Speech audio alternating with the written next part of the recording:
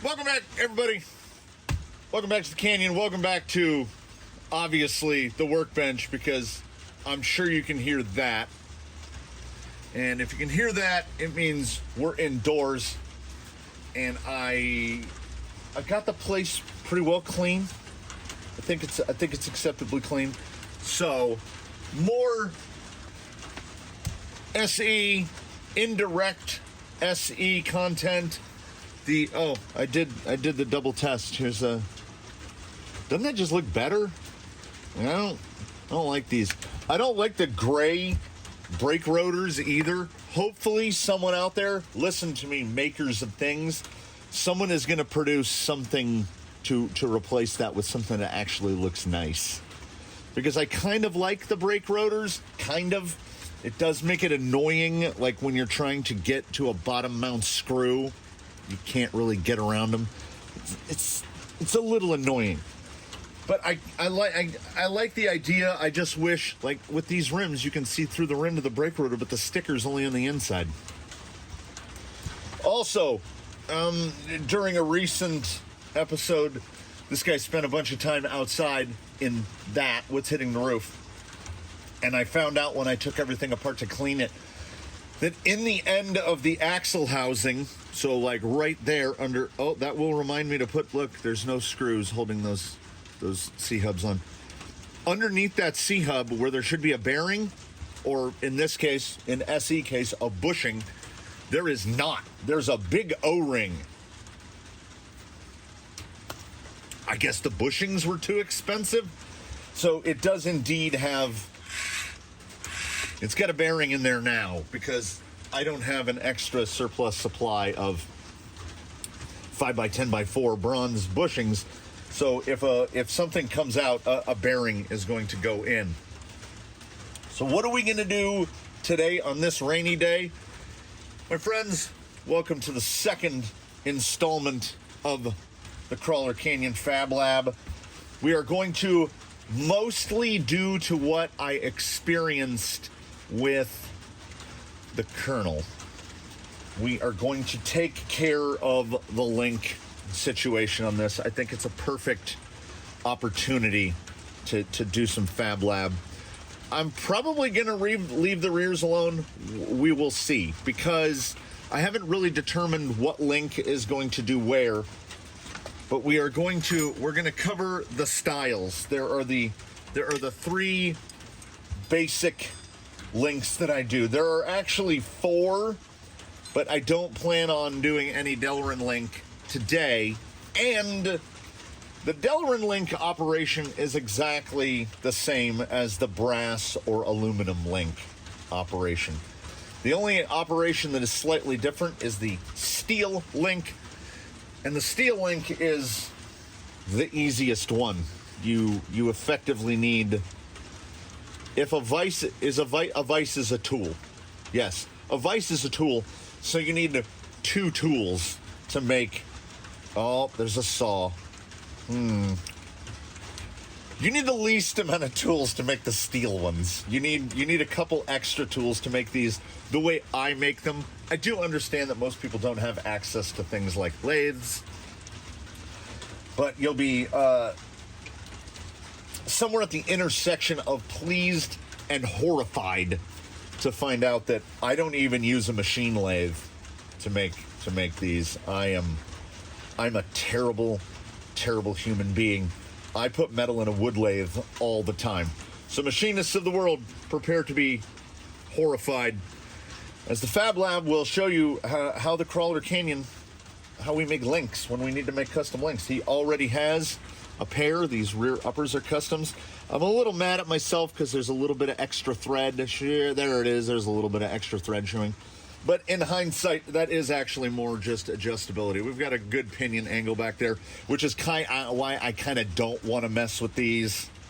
I don't want to have to readjust all the links. So let me get on let me get the big apron, because I'm going to make a mess. And I don't think we need to see me pull these off. I'll also get to clean some more schmutz out. I'm going to pull the upper and lower links, and we make duplicates of them in the in literally the simplest way possible. If you've got an element, your front links are the same across the board. You've got what is effectively eye to eye. You've got a 113 upper and a 120 lower. Now, in terms of a solid, in terms of the metal link, that translates to a 93 millimeter upper and a 100 millimeter lower. Now, of course, you know, we have plenty of spares around here, so I could just slap these in some ends and be done. But why would we do that when we have the opportunity to make stuff? Now, I have the opportunity to just cheat, use the material, and just clone, you know, make the marks, get it right there. But ordinarily, I don't have these for what I'm working on because my lengths don't happen to be precise. This is actually a rare occurrence in the Canyon where I'm replacing a link with a link of pre-existing length. You can just buy these. But like, say for instance, this episode would have made more sense made a week or two ago when I had to source links to stretch the chassis wheelbase to match the body wheelbase. So I had to make those. So how I made those is what we're going to get to right now. This is just basic. You can get it off Amazon. You can get it from McMaster. You can get it anywhere. The easiest way to do this is to start with 4 millimeter rod. And we are going to, I'll lay it out. We're going to cut it to length.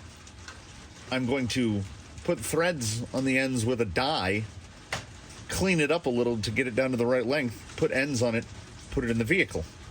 I'm going to use 4 mil steel for uppers for continuity. This is the 4 mil steel uppers. And then for the front lowers, we're going to go with big, this is 8 millimeter brass. So the hundreds will be the 8 millimeter brass. I do a little chamfering on the end. We'll get to how I do that. We'll get to the big set screws that I use to make this more simple. I believe that in certain sizes you can get this in tube where it already has a hole down the center. But the way I source it, it's much cheaper to just get rod. I'd been buying from McMaster for years and years and years, but Amazon will sell you these. It's 12 inch, so it's like 300 millimeter. These 300 millimeter lengths, which is perfect. You can get like 3 lengths out of it. And they'll sell you these in a pack of 6 for, I don't even remember. I will do my dutiful best to remember to put a link in the description if you're into this sort of thing. Well, there'll be more of a parts. We'll get the parts all together so you can see how the parts go. So now let's make some marks and cut these to the lengths they need to be. And it is a blissfully unscientific process. I set the rods on top of my good ruler here, and I make a mark 2 millimeters over. So this needs to be a 93. It's marked at 95 on both ends. This needs to be 100. It's 102 on both ends. We cut them off. You'll see that in a second. There's no real need to leave a lot of excess material. 2 millimeters is plenty. That gives me a millimeter on either end. And yeah, it's you can use any number of tools to cut this. I just hacksaw these.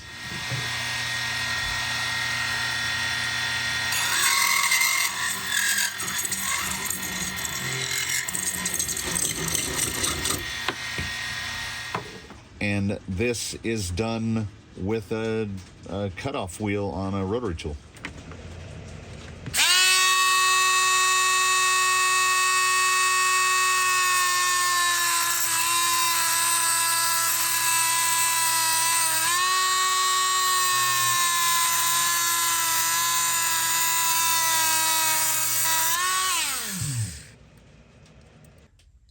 What you're seeing here is the simplified process of making a brass link.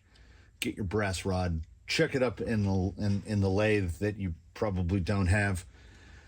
I've made the marks at the incorrect position, so what you're not seeing here is me making it twice. I got ahead of myself. I do that. I knew I needed a 100 millimeter link, so I marked the brass out at 100 millimeters, and I made those things exactly 100 millimeters. I think one came out dead on 100, and the other one came out like 100.5 a millimeter.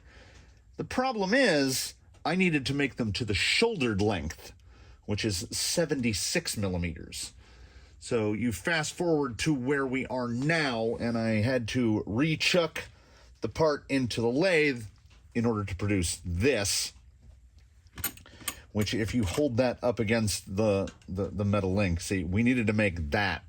We needed to have the shouldered length, because this part is brought to us courtesy, I buy them in big bags from McMaster-Carr, M4 by 20 set screws, big old set screw. We take the big old set screw, 2 millimeter driver, drive it into the element end. I go in about half-ish.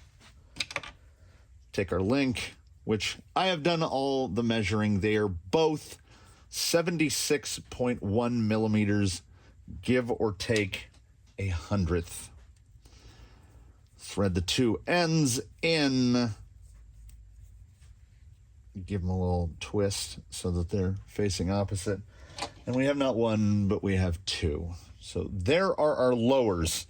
Let's check for continuity. Where's a lower? Oh, I really don't like those plastic ends.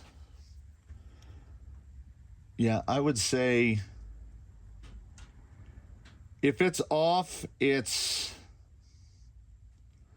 I don't think it is off. But I was going to say if it was off, we'd be looking at something in the ballpark of 0.2 of a millimeter. It's acceptable. Ugh.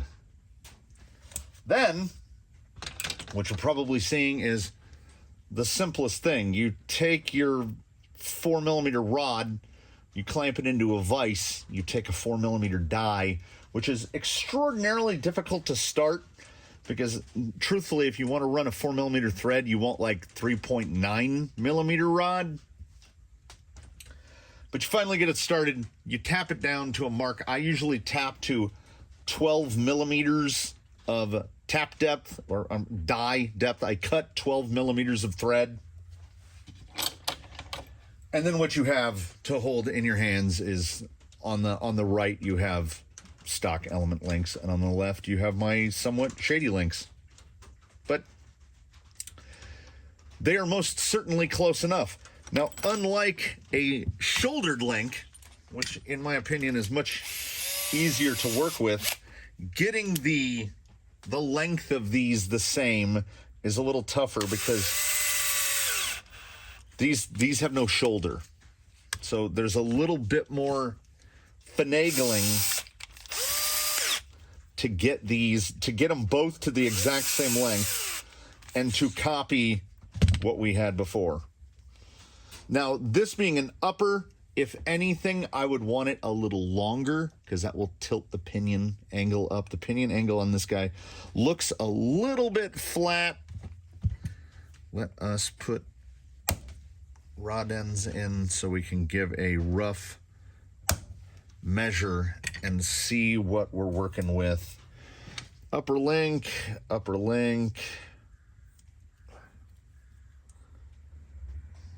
Yeah, it's at the threading level that it's at right now.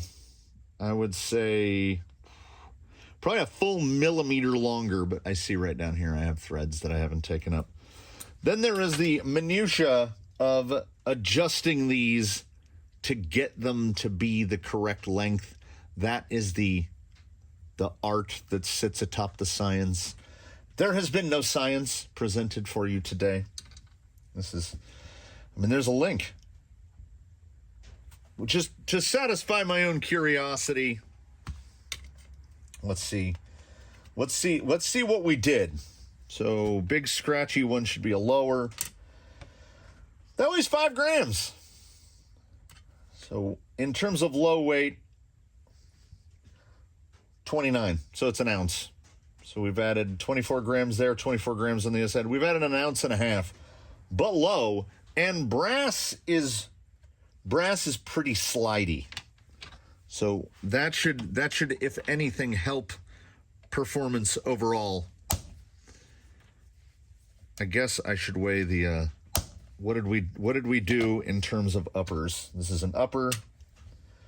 It is 4.5 grams, well, 4.6. And the new guy is 11.5. So the steel link is a nice rigid link, but you're not going to add a huge amount of weight. I don't want to put brass on the rear lowers because I don't feel necessary to add any rear weight to this. There's a number of vehicles in here that have brass front lowers and no other brass. And if I make them properly on the first try, I save a lot of material. I did not make them properly on the first try this time around. I am going to now turn the music back on because I'm a little frustrated with myself from having to make that link twice. So, well, not make it twice. I just re-chucked it back in the lathe, cut 24 millimeters off the end of it, and turned a 100 into a 76 because, you know, I forgot about the whole set screw thing. I think they came out pretty nice. They are symmetrical. They look okay to me. Let me get the other one. Where's my Shanky link? Let me get the other one put together, get this thing reassembled, and then we'll take a look at it. So here in the Fab Lab, do I recommend this procedure to anyone? Well, for this application, no. I think it would cost you less than $20, probably $16, $17 to buy the factory team links. There's probably a place where you can find the full set of links for the whole thing to replace all the links with steel on your SE for probably around the same money, $20, $25. This is really more a thing for a bespoke application. Like, I could even get these link lengths. They have them listed in the SE manual, the exact link lengths that you need. I made them for this because there have been some recent, like these, I don't trust them. They are, like I say, ordinarily I wouldn't have a problem with plastic links. I don't necessarily like plastic ends, but mostly because I'm this guy. So the first time you torque one of these, over torque one of these down, it squishes. And I really lack the motivation to put metal balls into these plastic links, knowing that, I mean, I shoved one into a drive shaft. It deflected the rear end so much, the link went all the way over and had a big chewed up spot in it from hitting the drive shaft, and I've broken another one. So I could replace all the links on here with just stuff out of bins, but I like to make stuff, and I did want to get some brass lowers, and I think they look nice, and they're not going to interfere with anything. And I will say, plastic on plastic is not remarkably smooth. Like, this is buttery smoothness now. I really need to get into the shocks and put a little bit heavier weight oil in there. But baseline, I know I said this is hearkening to yet another series. I said he was final form when his overdrive gears went in. But, and you know what? It's not final form. I'm going to dig through the bins. I really want to replace these gray plastic cups with black plastic ones. It almost seems like what Element has done is they've introduced yet a third grade of plastic. We have the regular black plastics, which come on RTRs. We have what they call the hard plastics that come on, like, the Gatekeeper kit, etc. The gray stuff, the graphite-y color, which is probably carbon reinforced. And then we have this gray stuff, which is featured places like here, these link mounts. They all come off a tree, the shock bodies. They all come off the same tree together. And the stuff it's softer. It's a soft plastic. Like, maybe it comes down to I don't like the color. So I will be replacing more stuff on here, which I don't think is fundamentally structural. Like, he's going to lose the rest of the plastic pivot balls and go to metal ones. I have never liked plastic pivot balls ever. And this isn't an SE hit because they come on everything now. Like, if you buy the Bushido has got they've gone to the plastic ball. They're not doing metal balls anymore. And this guy has got almost all metal save for, I think, what's in the shocks. So he's got 8 left. That's the Fab Lab. It was not a smooth goer, even though that's an easy part that I've made many times. But I make mistakes, and the only time a mistake beats you is if you turn off the lights and go inside. You keep going, you know? And I made the mistake. I made a correct mistake. A correct mistake is when you cut it too big. So I just took some off. If I'd cut them too small, I would have been upset with myself because like, say I went the other way and I had cut these like 75. There's not a lot of places on a lot of rigs I would be able to reuse that, except, you know, the upper I could put, but I won't put brass uppers. Anyway, I will ask you here in the closing moments of this fairly random installment. I've gotten some requests for Fab Lab installments. People want to see how things are made. What specifically? Is there anything specific you would like to see how I go about doing it? And like I say, not necessarily this is how you should do it. This is how I do it. I recall that I didn't get in depth into showing how this was made. I think mostly because I had doubts as to whether or not it was going to work. It just happened to work. I did not set out to have to make all aluminum body posts for it, but I wanted the body to sit down a little lower, and I wanted a top brace because I was losing braces going to battery on servo. So that's other Fab Lab stuff that intersects with other Fab Lab stuff. So if you have any requests or suggestions, please do leave them in the comments. Leave a like if you liked it. Subscribe if you haven't. We do offer channel memberships. I'm really down on myself for cutting those overly long because I feel like I wasted 2 inches of brass. I still got it. They go in the scrap bin. I can make some spacers out of it or something. We use the whole buffalo. I think link-wise, though, I think he's done. I don't mind the unmatchiness. Steel lower, brass lower, steel upper, steel upper. He didn't feel like a guy for Delrin for me. And as I said, I make the Delrins exactly the same as the brass, so they have the metal ends in them. So I think actually these 4mm steel are actually lighter than the way I do Delrins. So also I'm a little wary of this now that I've broken a couple of them. That's all for this Fab Lab. It seems like it stopped raining for the moment. I bet my phone is saying something cheeky and winky like rain stopping but starting again in 14 minutes. So I'm not gonna believe the hype. I'm gonna clean up the mess that I made over there on the other side of the wall in the lathe area. There's brass dust everywhere. Thanks for watching, everybody. Give me some more ideas of something to make. I need things to make because apparently the rain won't go away. Yeah, that's all. We'll see you in the next one.